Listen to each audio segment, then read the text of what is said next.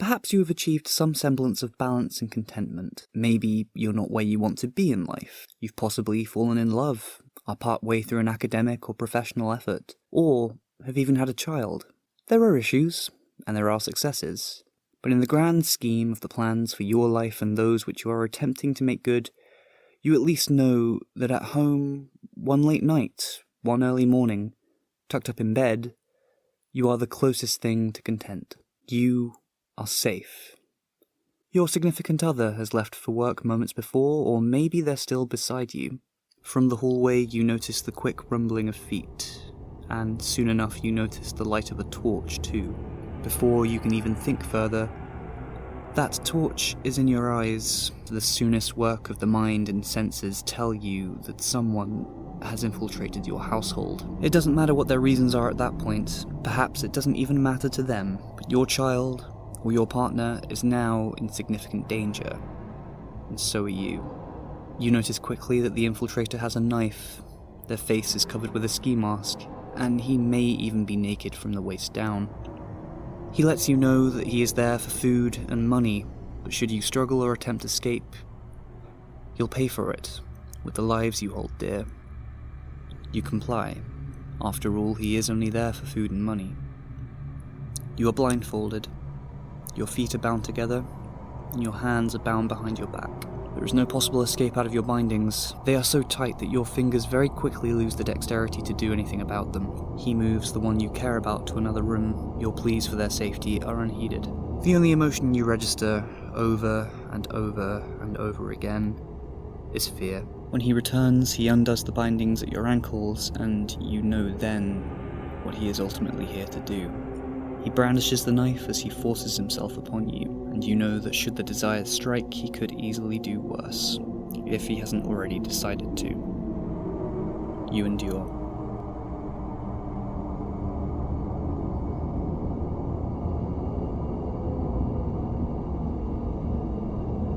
He ransacks the house afterwards and stays in it for hours. He talks, maybe to an unseen accomplice, maybe to himself.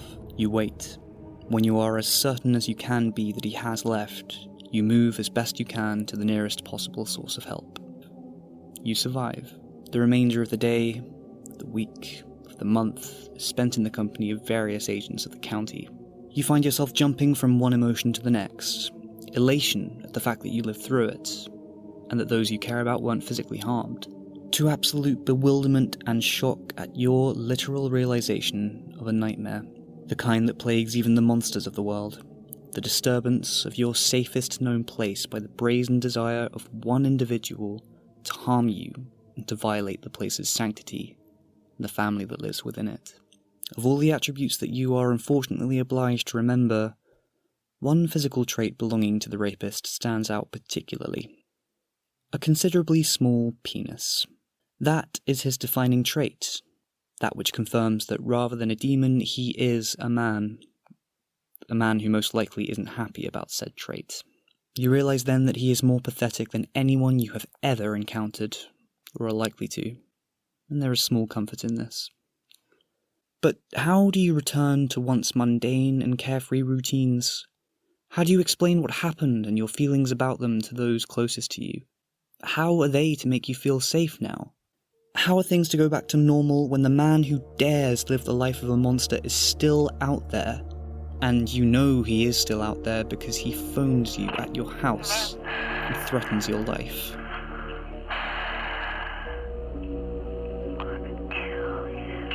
And no matter what you do to protect yourself, the fear in your heart remains. Because he wants it there. It's what he does, it seems, for it soon becomes evident that you are not alone. People were violated in the same manner by the same man before you, and more than you could ever hope to imagine will join you in being victim to that particular design of horror, perversity, and evil. That design is relentless and highly successful in its own right. The man is given a title, which he seems to take pride in. You dumb fuckers, I'm gonna fuck again tonight, be careful. He He evades the careful watch of the community and the dedicated pursuit of law enforcement. He invades decent lives to leave a lifelong impression. Though undoubtedly violent and deranged, he has seemingly not taken a life. But those who chase him strongly suspect that given enough time, given his idea of reason, he eventually will. People across the state, and even beyond, are terrified. They meet to discuss further home safety. The sales of doorbells spike, and some fall asleep with firearms in hand. The composite sketches and descriptions are often inconsistent. The numerous opportunities for his capture, which even he instigates on occasion, are either fruitless or missed. And though you know him to be mortal, all this doesn't help. He seems to be a ghoul of evil, with absolute control, even of fortune.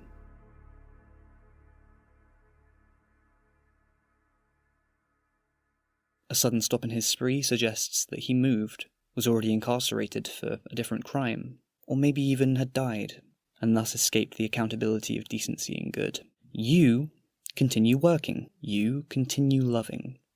You continue living. You witness a national financial crash, the end of one war, the beginning of the next. Diseases come and go, either in the forefront of the world's consciousness or quite literally through the endeavours of humanity. The Berlin Wall fall, the end of the apartheid in South and Southwest Africa, the beginning of a new century. What was done to you was done.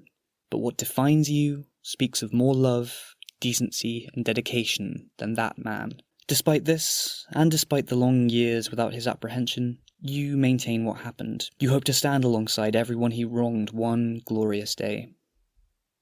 But it's been a very, very long time for all involved. Too long. And soon it seems that his evil had only increased after your encounter. The pained investigation reveals that what was suspected and feared by many was eventually realised. And those he targeted later will return to the plains outside of all we now experience too soon. And you thank every minute detail of that night that may have saved you. You survived. You, and those whose lives he affected, tell the story to anyone who will listen. To say, here is what happened, and we are not alone in the search for this man. The search that should never cease, be he dead or alive. He cannot avoid the light forever. After just over 4 decades, they still speak out, and the daughter of one victim tells an interviewer what she would say to the man responsible, if she should ever have the opportunity, if the light ever finds him. Right now, in 2017, what I want to say to him is, look out. Your secrets are gonna come out. So you need to look out. Everything that you've done, all of the horrendous things that you've done to people, that can't stay secret forever. The truth is gonna come out sometime. So you need to get ready.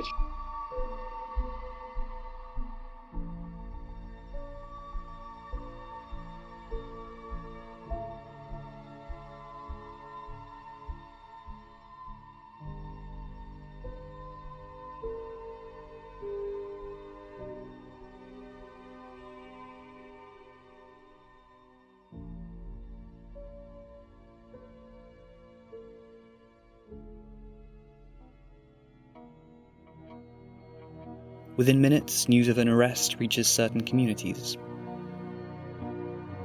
And not long later, the world has a name.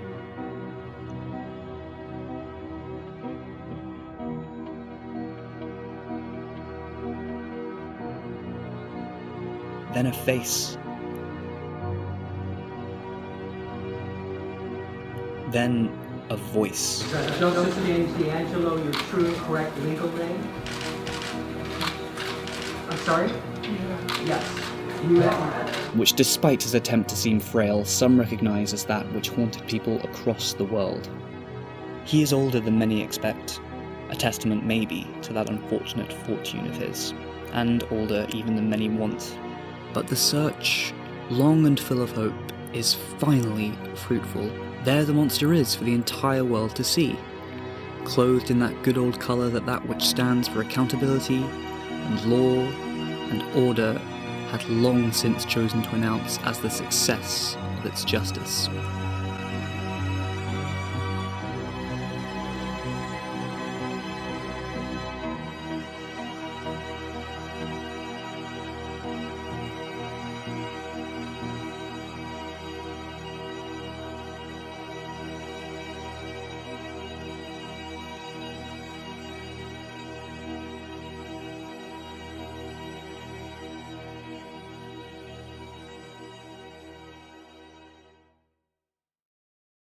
Time passes again, like it never has before. Because of all the books of your life, you know that this one is about to deliver the epilogue. That spells absolute closure for some. Perhaps for others, the wounds will always retain the status of having been inflicted, more so than being healed and accepted. And loved ones are still gone, no longer there to laugh with, to love, or to live through the privilege of existence. During this remarkable passage of time, the man's physical degradation is obvious. And it may not be from the restriction of sunlight or the stress of prison. He may just be trying to starve himself. The question on the minds of anyone with their eyes on this developing situation is, will he die before his final sentencing? And an answer in the affirmative would mean for many of them that he would ultimately escape his deserved judgment. One more lucky break for him, one final gut punch to everyone he affected. The prosecution seeks the death penalty regardless, a sentence that one day he reportedly wishes to avoid. And many wonder why. He must know that he has spent the last of his free days. What other than punishment to the absolute end is there to live for? And to the further surprise of many, a deal is struck later on. The pleading of guilty to the crimes he may still be charged for, and the admittance of his guilt to the crimes that have exceeded the statute of limitations, in exchange for the guarantee to live out his final years.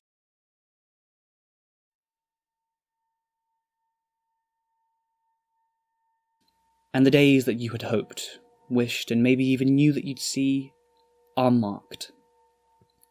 Tangible dates written on paper or lying cold on a screen, representing your long-awaited opportunity for, if not some sense of retribution, then the most you can lawfully have.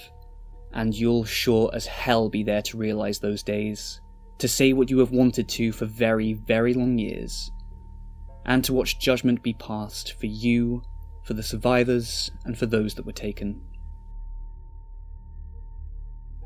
Before the very individuals whose lives he affected, he proclaims his guilt and responsibility, and in a room he was once associated with as a student, in the work toward protecting the society he eventually abused so profoundly. And with that analeptic irony, the retribution is gifted just that extra sense of justice.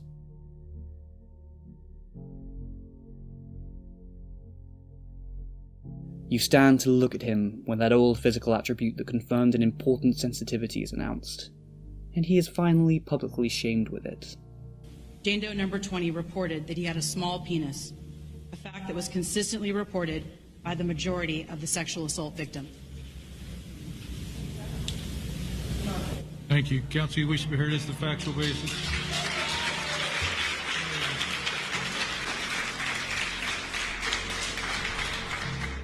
Some aspect of a fantasy literally became true. The mockery, as old as time in its nature. Not long later, your long-awaited opportunity to speak your mind essentially directly to the man arrives. Judge Michael Bowman says on multiple occasions to take your time and say everything that you want and need to say. It's as Queen Elizabeth says in Richard III, "Windy attorneys to their clients' woes, poor breathing orators of miseries. Let them have scope, though what they will impart help nothing else, yet do they ease the heart." You left me blindfolded, but today my eyes are wide open, and I see you for the monster that you are. I've lived with the shame for decades. It's your shame, Joe. How dare you, who perpetrates this lowly form of aggression towards women, be even allowed to walk on this earth? This life was turned into a broken dream. He stole my vision of the future. He left me empty. But I'll tell you what makes him the worst of the worst. He's a public servant. He's a police officer. To your former wife, your children, your grandchildren, they too are your victims.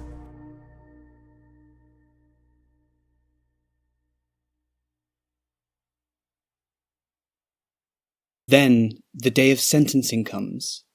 This is it, the moment he is told the extent of his punishment. He will never be free as most society defines the concept ever again. But first, the words of those who haven't yet been heard, certain members of his family. Their letters, which are read by D'Angelo's legal counsel, do not come to his defence, but nor is their content concerned only with condemnation. What is made clear is that this man was appreciated and loved throughout the many years he brought terror. According to them, he worked hard for them, provided stability, and never indulged in physical violence toward them. He never raised suspicion. How can a man be both a pure example of unrelenting evil and a loving role model? How can it be that a man like that had a line he seemingly never crossed? How was he ever just an average decent person to others? It is obvious that this criminal is an exceptional case when considering the often duplicitous nature of the human, but one can't help but give even the briefest thought to the potential for condemnable deeds in those that you converse with, work with, or even love. And those that wondered why he bothered to avoid a death sentence may find something like an answer in the content of those letters. His dedication to a few people he is related to. And with this, it seems the levels with which this man, these cases, and this remarkable situation can disturb know no limit. Throughout the last 2 years, it has been impossible to be sure what he is thinking and experiencing, how he has comprehended everything. He has been extremely quiet, and has kept up the pretense of elderly fragility. No one expects that to change, whether that be due to his cowardice or some conviction not to embellish anyone he wronged. If the observations of his behaviour in court during this time are anything to go by, he will most likely receive his sentencing in silence and be wheeled away in the same manner, never to be seen again. But then... Mr. D'Angelo would like to make a brief statement. D'Angelo?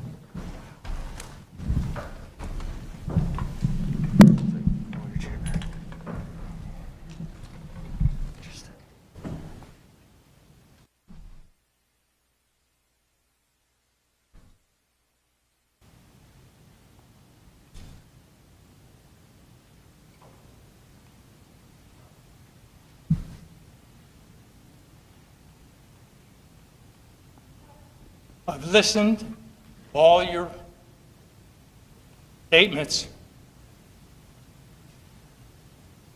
each one of them.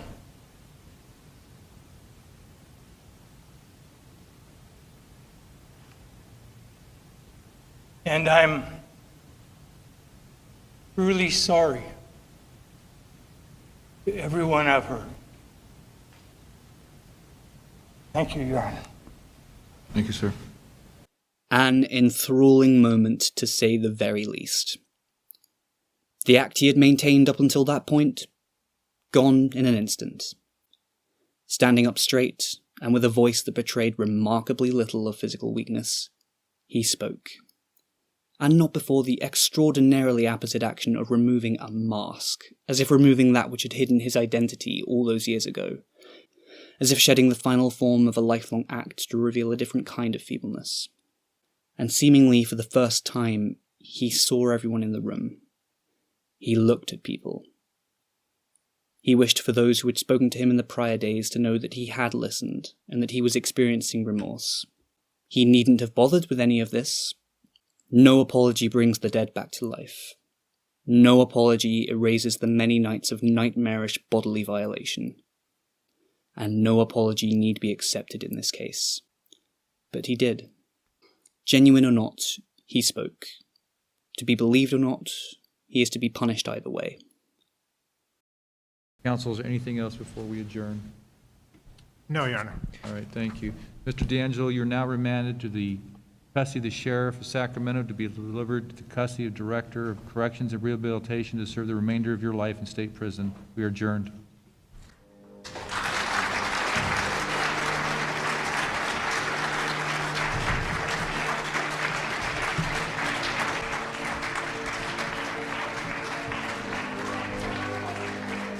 And perhaps now, with justice for this terror delivered at long last, and the relentlessly confusing and trying experience of life making a sort of moral sense, just this once, you've achieved some semblance of balance and contentment. Because the man who dared live the life of a monster is to live out the rest of it as just an old man, behind bars.